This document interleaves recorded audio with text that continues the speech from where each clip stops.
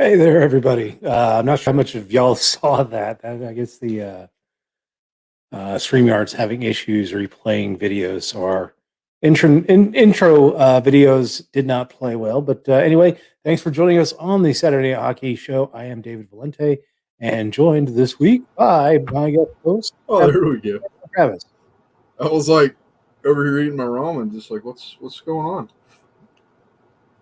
Where's the people? And then you showed I'm up. not hearing you either, so let me try something else. There, can you hear me? I can hear you. Can you hear me? Yeah, now I can hear you. Yeah, there we go. Hi, I'm off my Dave Valente. This is my co-host Travis Rednick, and this is the Saturday Night Hockey Show. It I'm is. back. What's going on, man? Last week I planned on being here. Everything was going good, and then me and my cousin go to a dam in Fayetteville, North Carolina. And I wound up playing rescue hero for two stranded boaters on the dam. Yeah. I got to stage downstream a little bit, waiting for somebody to go under so I could hop in and Hasselhoff them to the shore. And luckily that did not happen. Everybody's alive. I think the one guy that was involved, it was a man and a woman, he came out with a hook in his neck. Ooh. Like an actual hook in his neck. Ooh. And so they were getting ready to take him to the hospital, and the fish and game guy comes over and like gives him a breathalyzer before they'll take him to the hospital. Guess who's going to jail after they went to the hospital? Oh, yeah. His day went from bad to worse to what? Yeah, that's a bad day, man. That is a bad day. It's the worst day. That's the worst possible day. Yeah, exactly. So we have a Stanley Cup champion. Not a surprise that Tampa was able to close it out fairly quickly and efficiently. Yeah, I think that the biggest surprise of this is the fact that Kucherov will do an interview on cocaine.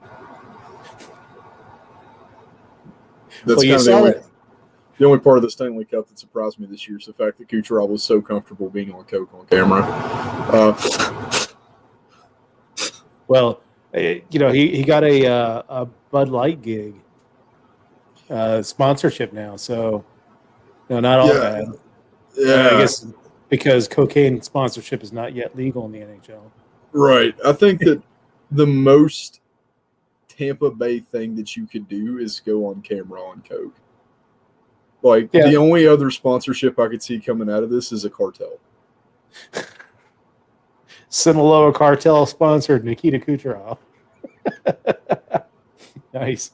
I was not surprised. I mean, the level to which they just really owned Montreal was not really surprised, but Montreal did not have a lead in all 4 games that they lost. In fact, the only time that they led were the 3 goals they scored in Game 3. They led each time they scored, of course, the overtime winner. But outside of that, they were either tied or behind this entire series. Which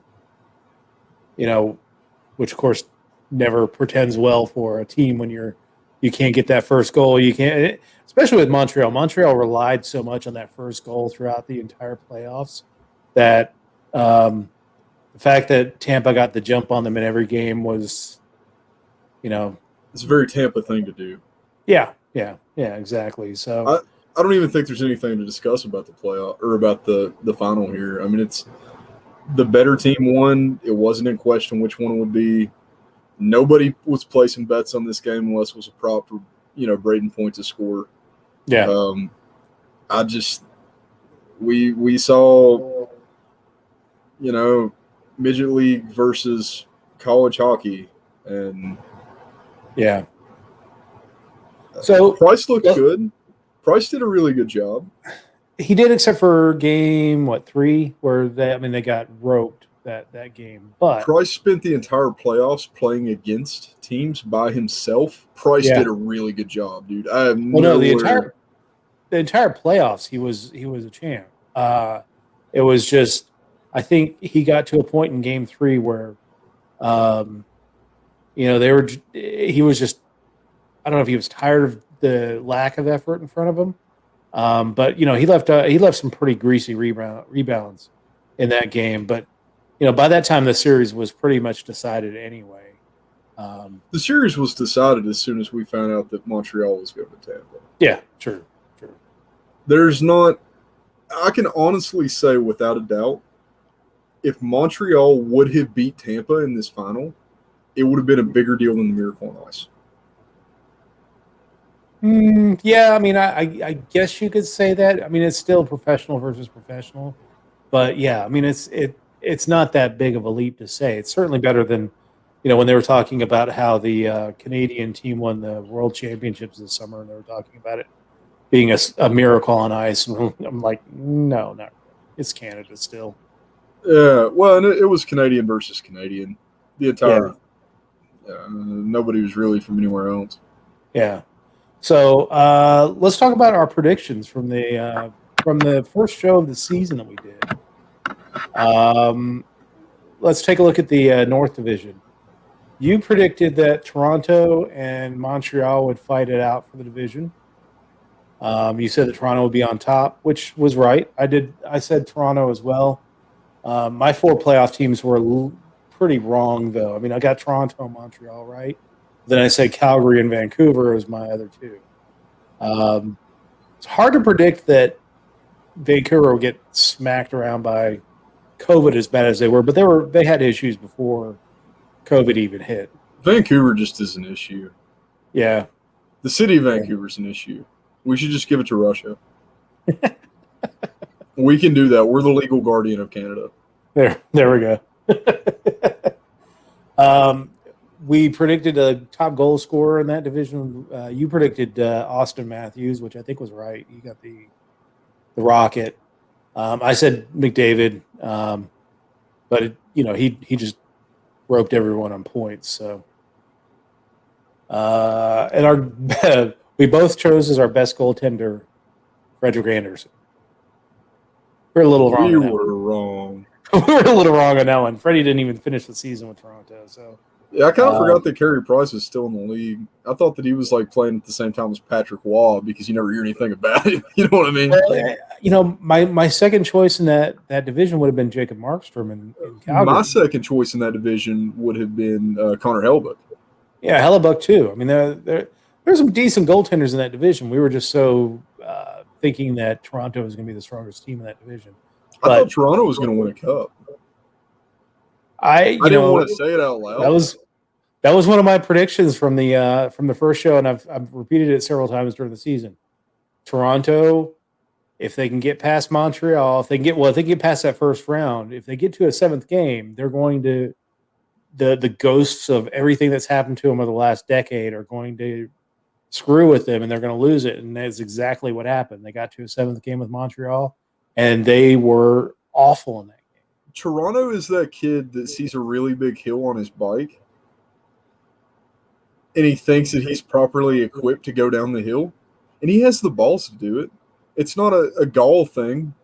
Yeah. It's just once you hit 70 miles an hour on that Schwinn, things start rocking. And they don't stop until you're rocking. Yeah. And by that, I mean a gravel pit on the bottom is a tragedy. Yeah. As a casualty. One prediction I had for the division was that if Edmonton makes the playoffs, it'll be because McDavid and Draisaitl dragged them across the line. Now, they did a lot better in the division than we thought. But it's pretty much what happened. And then I said they would not be long for the playoffs, which is exactly what happened. They got swept by Winnipeg and were gone. And come on, Nostradamus. I'm good with Canadian teams, I guess, because the rest of my predictions were, except for the Western prediction, were kind of awful. I feel like mine were kind of okay. I think I was. So Western Division, we said Colorado, both of us winning the division, which is what happened. I said Colorado, Vegas, St. Louis, and San Jose as my 4th pick. Oops. On the 4th pick. You mentioned Minnesota as being that dark horse for the 4th seed. Oh, yeah, definitely. And Minnesota next year is going to have a good year. They should. I mean, of course, depends on what happens with the expansion draft. And I honestly think that Kirill is going to step up to like a McDavid style position. I hope so. Because Kirill can carry a whole team just like McDavid can carry a whole team. Oh, he was. He carried the whole team. Yeah, to the playoffs. Yeah. But the team that out of those teams that I think next year are going to have issues is St. Louis. I don't buy that team anymore. Yeah, well, you've got who's it requesting a trade now? Is it Tarasenko? Tarasenko is going to Carolina. Well, they're going to lose Dougie Hamilton. Dougie hopefully will be an expansion draft. I don't know. I'm so sad too because now whenever I go to PNC Arena, they're not going to play Teach Me How to Dougie anymore. Yeah. It's kind of the only loss that I see. Maybe when he comes back, and they have that tribute, and they just play Teach Me How to Dougie. It'll just be Teach Me How to Dougie and like Dougie Hamilton back skating for 45 minutes. There you go. Dude, the Phil Kessel tribute. I was at the Phil Kessel game whenever he went back to Pittsburgh from Arizona. And it was like a funeral. They had like a very sad slideshow. It was basically the entire slideshow was just like Phil in children's hospitals. And meeting hot dogs? No, it was Phil in children's hospitals meeting with like cancer patients. It was not something I wanted to see at a hockey game. Not inspiration. Well, I mean, it was kind of inspirational, but not that kind of inspiration. It inspired me in the way that like I feel like I'm not doing nearly enough with my life, and I should be very disappointed in myself. Yeah. Our prediction, prediction in that one, you said that Nazem Kadri was going to have a breakout season. Now, he did have a really good season with Colorado, but my prediction was that Nazem Kadri had to get past his issues. And he did. Penalty issues. And, he did really well the entire season, and he gets into the playoffs, game 3. And now he's setting out the first game of the season. Yeah, I mean, they were beating the hell out of St. Louis. There was no reason for him to run that guy, and he still did it. Like, why, man? Why did you do that? I feel like there were dares he cost somewhere, and he cost his team in the second round, and that's always the knock with Nazem Kadri is that he just doesn't think, and he gets his team in trouble. He's so useful, but like in the worst way. Yeah, I mean, he's going to have to end up like Patrice Bergeron. Whoa. Or not Patrice Bergeron. God, what is it? Brat face dude. Marchand. Yeah, Brad Marchand.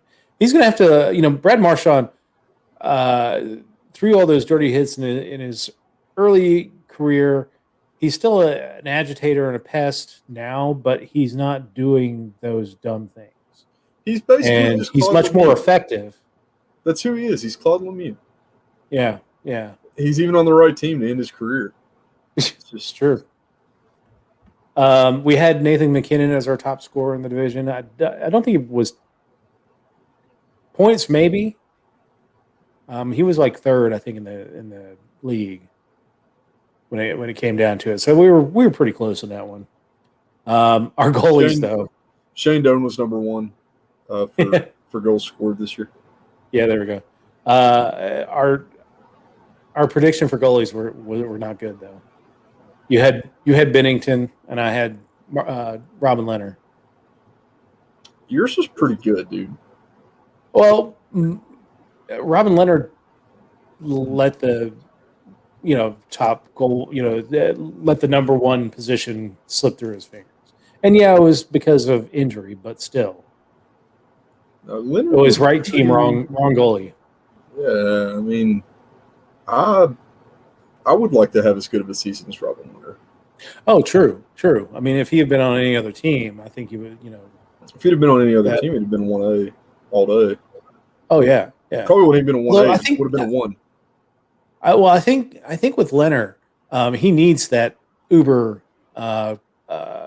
competition because when he was in Chicago, he was rather pedestrian. When he was in Buffalo, he was pedestrian. He had competition in the Islanders, and he had a great season. He had competition last year, had a great season. I think he needs that guy behind him that, always over his shoulder.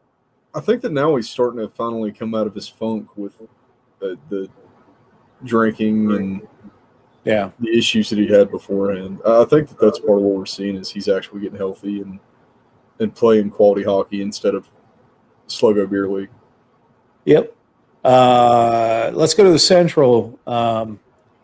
We both picked Carolina, and that was correct.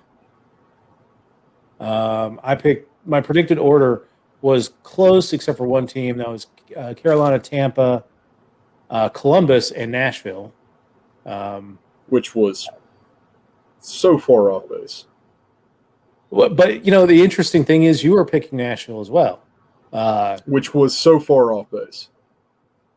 Well, Nashville put up a good fight towards the end of the season. I mean, that they came close with Carolina, and Nashville fights like the Confederacy did.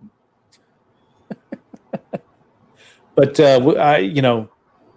your prediction in this one was rather right. Note that Columbus is such an enigma because of the Pierre-Luc Dubois situation, which was, he had just signed a contract and requested a trade. Like, what are you even doing, man? Let's see, your goal scorer. You didn't specify anybody. You just said Nashville. Somebody on Nashville. You're I was shot in the dark. We both picked Merzlikins as our goaltender, which was wrong. Very wrong. He had a rough season. Well, all of Columbus did. Yeah. Dude, I wish I'd have known that Nedeljkovic was in existence then. Yeah. I mean, he really came out of nowhere. That would have been even though what I know right now, that still would have been my pick for best goaltender in the division. And I know he's not, Yeah, my pick for scorer was wrong. It was Jonathan Huberdeau, although Huberdeau had a great season, with a surprising Panthers team. Here's my biggest concern for next season. As a pedestrian Canes fan on the weekends and some holidays, who are we signing? Because everybody's up. The entire team is up. It'll all close on the same day. So either somebody's taking a bunch of team-friendly deals or Carolina just got dismantled like a it could happen. Panzer. I mean, I don't know. I mean, you're definitely going to lose Hamilton. You're going to – I'm worried that we're not going to re-sign Svechnikov. Although Svechnikov had a concerning season, I guess you could say. He did, which means he's going to be a value. He's going to sign for less. Hopefully. Well, no, I mean, hopefully he's a value to Carolina. But, he could also have that high opinion of himself that, 2 years ago I had a great season. My contract should be based off of that rather than – It's true. I want to see Svechnikov go to New York, to the Rangers. I hate to say that. I feel like that's his best. It's going to get to a point with the Rangers where I think there's just not enough pucks for the number of players they have on that team. You know who they don't have? Tony DeAngelo. The Rangers? Tony DeAngelo. Well, this is true. So he actually, supposedly, Seattle's going to try to get him.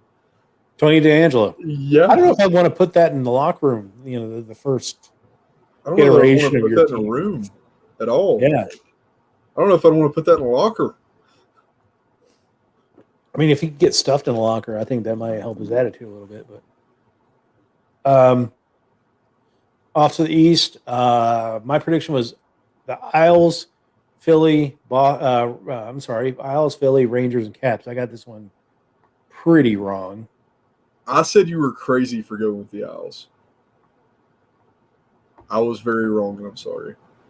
Well, I was wrong because the Isles finished dead last of the playoff teams. But again, my thing was about them playing that defensive style of hockey that gets them through the playoffs. I wonder if Anders Lee wouldn't have got injured how much different it would have turned out for the Owls. They got to Game 7 versus Tampa. I mean, honestly, I think the Isles were more worthy of a runners-up designation than the Canadians. They gave Tampa a much harder time. Montreal, I would turn on for the first period for the final, and then I'd just turn it off. Intermission, it was already like 3-0 every game. Like I'm not going to waste my time. They're not showing any new advertisements. Yep, you picked Philly in the East. I had a lot of faith in Philly. And that's not unfair. Off this previous season, they had Carter Hart. They had the thing was Matt Niskanen not playing last season. I think really threw that entire defensive structure into chaos, and they were never able to recover. Well, and you had the issue with Lindblom. Yeah, with the cancer, and then Gostisbehere was out for a few weeks. And they just kind of lost function on the back end. And if you look outside of Colorado, really, most of the teams that got hit by COVID did not make the playoffs.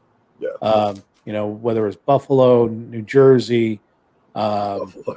Yeah, well, Buffalo was. That's what did it. It was the coronavirus. Actually, that there is something to be said for that. The afternoon that they played New Jersey, the first game in New Jersey, they played two games against New Jersey, and they were off on the COVID. That first game, they had won that game, and they were actually in a playoff position for about 4 hours before the evening games played. And by the time they come back, they're 10 points behind everybody, and then of course everything, the wheels fall off the Sabres in the most Buffalo way possible. But my prediction, my crazy prediction for this division was that Malkin would be approached to be traded, which did not happen. Malkin to the Kraken. Malkin to the Kraken. You think he's going to? Well, no. I saw a article about predicted players going to the Kraken, and for Pittsburgh, it was Teddy Bluger. So if Malkin may be, Malkin may be on a no trade clause, so he can't be unprotected. There's so much weird stuff though with the no trade clauses in the expansion drafts. It's like I feel like a lot of guys didn't write that in. You can waive your no trade clause to be left exposed. I just don't think that Malkin would do that. Our goal scorers in the division were Panarin for you, which if he didn't have that weird situation with the Russian government accusing him of rape and him taking time off and then being injured towards the end of the season, not a bad prediction. I predicted Alexander Ovechkin. He had issues throughout the season. He got to 19 goals, his first time held under 20 goals in his career. And did you notice all the Russians turned off, except for the goalies? Yeah. And Panarin, Svechnikov, Ovechkin. I wonder if they I expected to do much better than he did.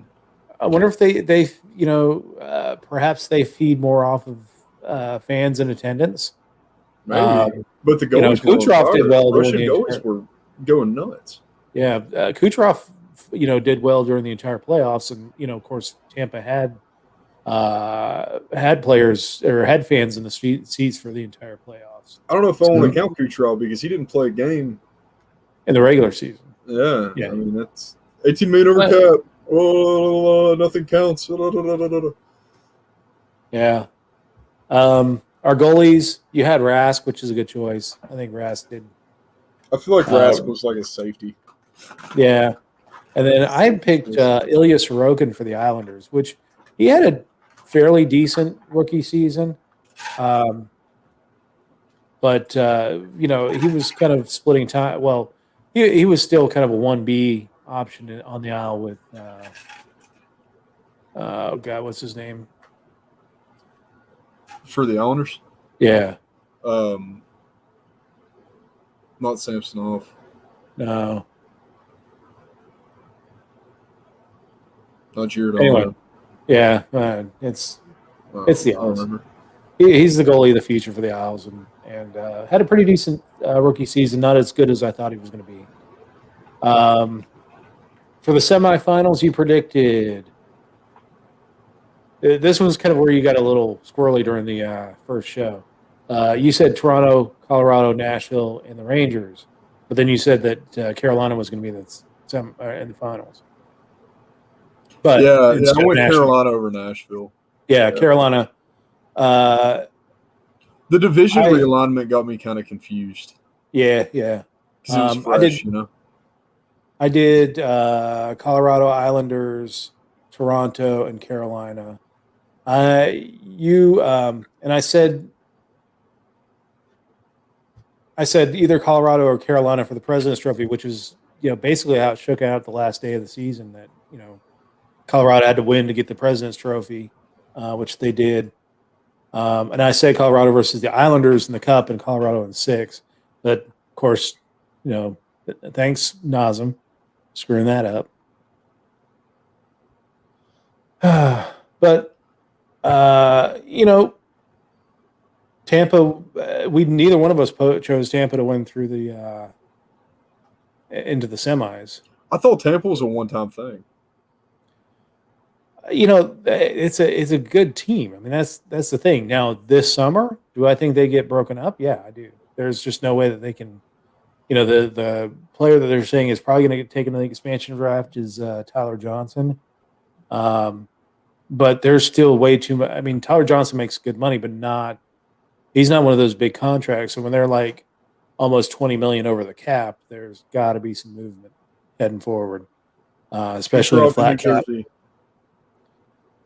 Well, I wouldn't be surprised if they actually do move somebody off to Seattle.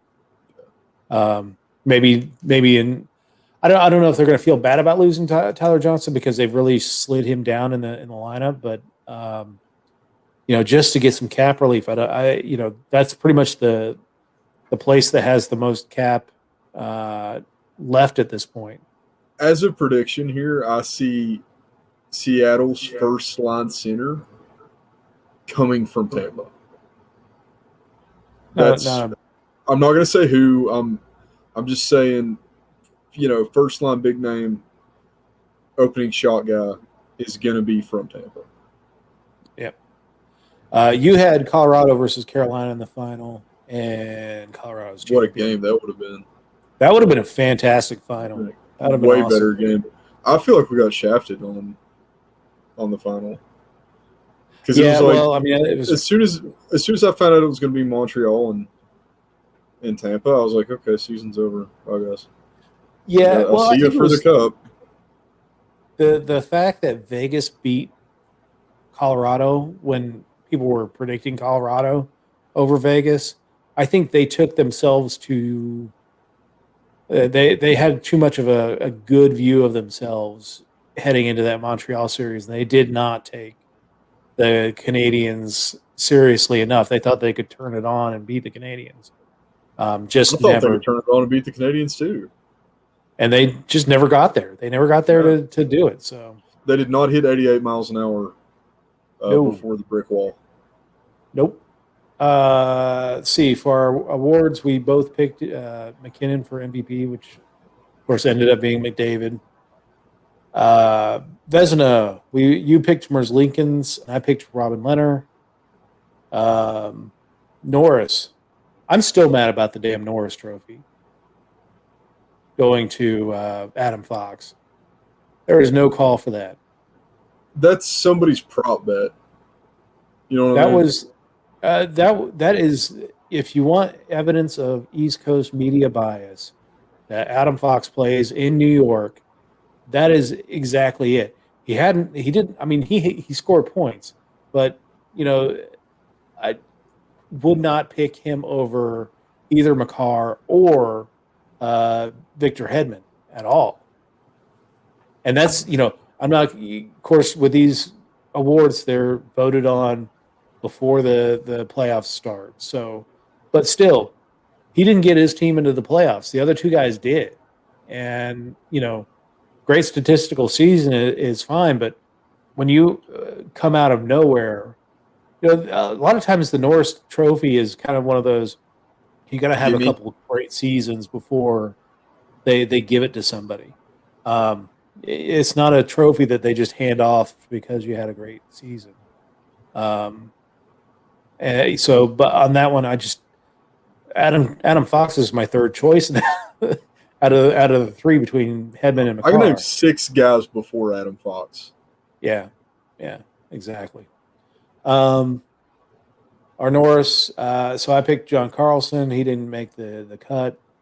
And I think it's because he didn't have a really good stable defense partner I in think that Washington Alex the entire season. Martinez should have been in the run before Adam Fox.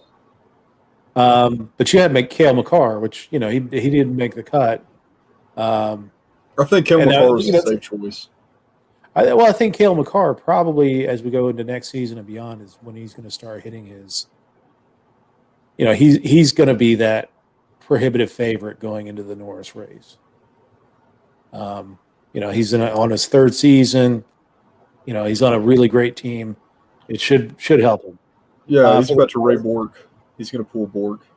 Yeah, the Calder Trophy. You had Philip Tomasino, who unfortunately never got a chance to play in Nashville this season. I don't know. I guess who might pick his next year? Yep, there you go. Save that one up. I had Ilias Rokin as my Vezina choice. Had a good season, just not in that final running. Let's see. Oh, our predictions about our teams. You said it was going to be rough for Arizona, and it's time for them to start the rebuild, which I guess you're seeing now. Actually, I think I said it was going to be rough.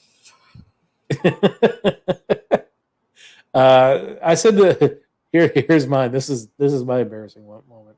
Sabres will stay in contention all season, and Dylan Cousins will be on the top line by the end of the season, but fall short. Now, Dylan Cousins did end up on the top line, but that's because everyone else was gone. And I think with that, I actually have to roll. All right, man. Good to see everybody. Keep up with us on Facebook, and we're gonna go for a little change next year. Yeah, we're gonna go next season, probably to Thursday night hockey show, starting next season. But I'll continue talking about some of the stuff that's coming up, especially the expansion draft and the NHL draft. But thanks for joining us, Travis. Hey, thanks, man. And we will see you. See you in September. Yes, I love you, fans. All right, man. Cool.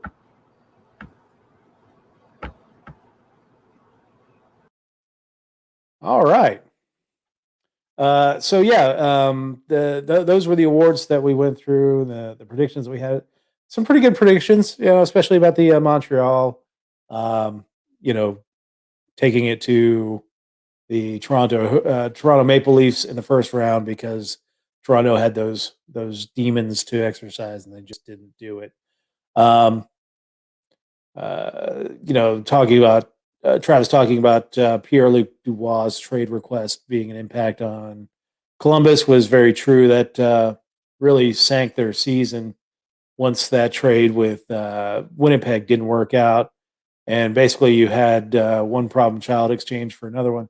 Although Jack Roslovic, who was also tossed in that trade, did play pretty well for the Columbus Blue Jackets. It was just too many issues. And the room, you could tell, got tired of Torts. That's the thing with coaches like John Tortorella is that it really does impact the team. That they respond quickly, but eventually that message begins to really work on people, and that's that's what happened in Columbus. And I'm surprised that Tortorella has not landed a job yet, but we'll see.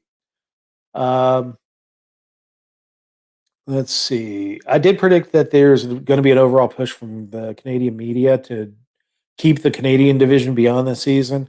I know that a lot of Canadian media did talk up the idea of keeping the divisions the same, or at least the Canadian division the same. But I just think that they're really ready to go back to the divisions as aligned prior to the COVID and all that stuff. Um, so the next thing on the horizon, of course, with Game Five ending, the contract for NBCSN ended with that. So our hockey coverage is now moving on. Most of the stuff that's going on this summer is going to be covered by ESPN. So the first thing that's going to be coming out is the expansion draft, I think on the 21st of July. So we'll be looking forward to seeing that. We should be seeing this list of players that are protected coming out pretty soon, and we'll see what kind of predictions we can make off of who's going to go to Seattle and be part of that first Kraken team out the door. On the 23rd and 24th, the Friday and Saturday that week, is going to be the NHL entry draft. My Buffalo Sabres have the first overall pick. They're talking about, in fact, this week they finally interviewed Owen Power, who's the projected first overall pick, defenseman out of the University of Michigan, who spoke very highly of the Sabres. He's actually from Mississauga, which is about 90 minutes away from Buffalo. So he will be excited to play for the Sabres. It's going to be a rebuild. My Sabres are going to have issues this summer.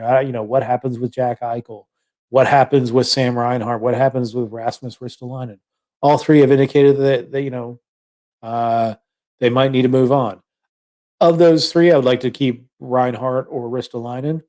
I think we can get a good bevy off of Jack Eichel. I don't want to lose Jack Eichel, but if he's got his foot out the door, then better to do that now than when in a year when his no trade clause kicks in, and he gets to basically pick his favorite team to get traded to, which is exactly what happened with the Taylor Hall issues this summer. But the entry draft will be Friday night. Will be round one. That'll be on ESPN. And I think round 2 through 7 on Saturday. There was only 7 rounds in the NHL draft. Those will be held on Saturday. This year it's virtual. They're not doing like a big arena thing where they walk up and announce all that stuff. It's going to be a virtual draft. But 2 through 7 will be on, I believe, the NHL Network. I don't know if ESPN, they might put it on ESPN Plus for people to watch online, but it'll be on the NHL Network. But anyway, that's free agencies coming up right after the draft. The Seattle Kraken get 3 days ahead of the entry draft or ahead of the free agency period to actually negotiate with UFAs. So they get a 3-day advantage over every other team. And we'll be looking at, those big free agents coming out to see, really with the flat cap world, Seattle is going to be the place where you can make money. But depending on how the expansion draft goes, Seattle may not have a ton of money coming out of it. If they take a bunch of big name, big price players, that's just going to whittle away at that salary cap that they have. They still have to get up to 80 million, but there's some high price folks out there. So we'll be interested to see what happens with the Seattle Kraken. Then 3 days after the Kraken get the expansion or get the advantage to talk with free agents, then it'll be free agent frenzy.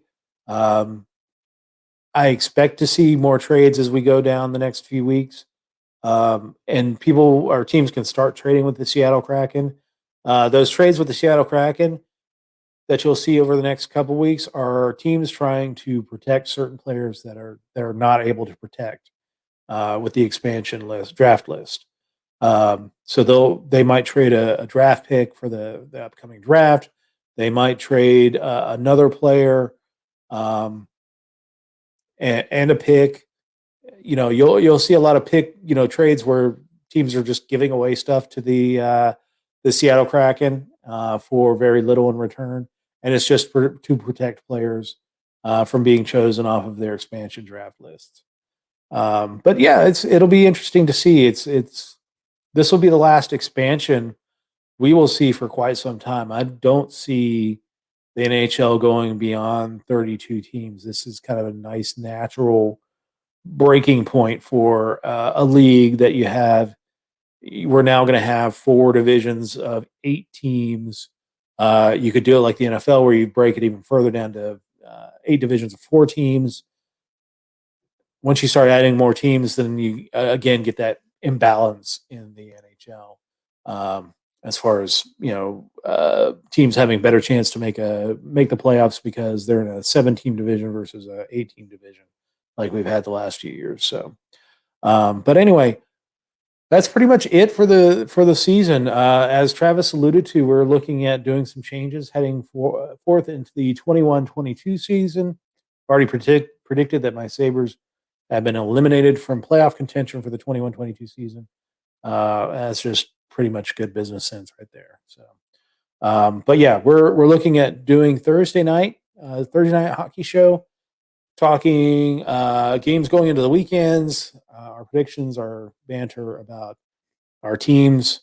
I've really enjoyed talking to you every Saturday night about hockey and spreading the word about the best sport that there is. And I appreciate people watching. If you're out there, give us a thumbs up, like, subscribe on YouTube. Hit that little bell to get a reminder of when I'm going live. I'm continuing to do my other political podcast or live stream each night or each Sunday night. So follow me there. I really appreciate those of you that do that. But again, thank you so much for joining us this season. And we'll be back and better next season. Thanks, everyone, for joining us, and have a great night.